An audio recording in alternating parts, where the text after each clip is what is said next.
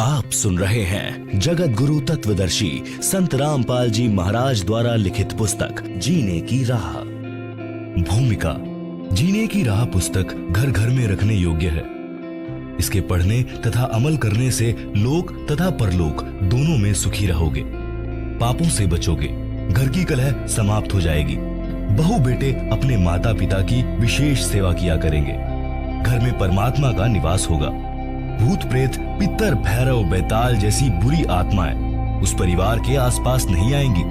देवता उस भक्त परिवार की सुरक्षा करते हैं। अकाल मृत्यु उस भक्त की नहीं होगी जो इस पुस्तक को पढ़कर दीक्षा लेकर मर्यादा में रहकर साधना करेगा। इस पुस्तक को पढ़ने से उजड़े परिवार बस जाएंगे। जिस परिवार में यह पुस्तक रहेगी, इसको पढ़ेंगे, जिस कारण से नशा अपने आप छूट जाएगा, क्योंकि इसमें ऐसे प्रमाण हैं जो आत्मा को छू जाते हैं। शराब, तंबाकू तथा अन्य नशे के प्रति ऐसी घृणा हो जाएगी कि इनका नाम लेने से रूह कांप जाया करेगी। पूरा परिवार सुख का जीवन जिएगा।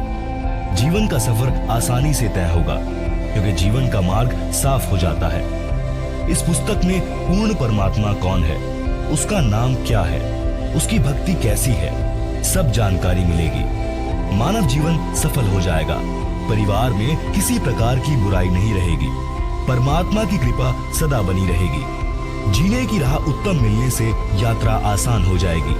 जो इस पुस्तक को घर में नहीं रखेगा, वह जीवन की राह उत्तम न मिलने से संसार रूपी वन में भटककर अनमोल जीवन नष्ट करेगा।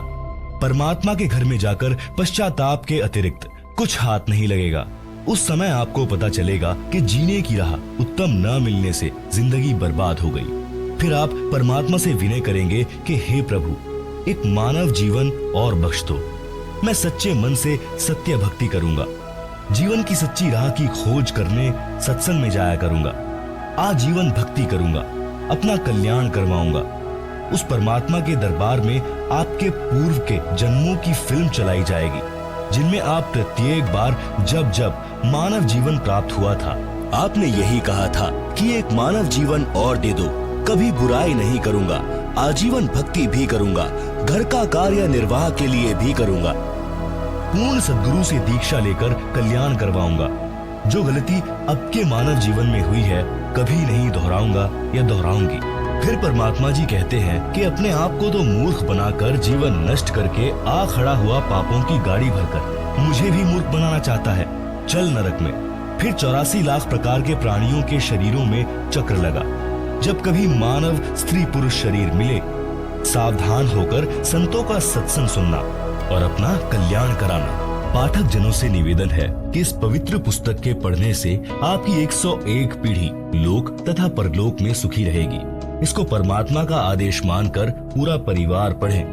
एक पढ़े, अन्य सुने, या एक से अधिक पुस्तक लेकर भिन्न भिन्न प्रतिदिन पढ़े।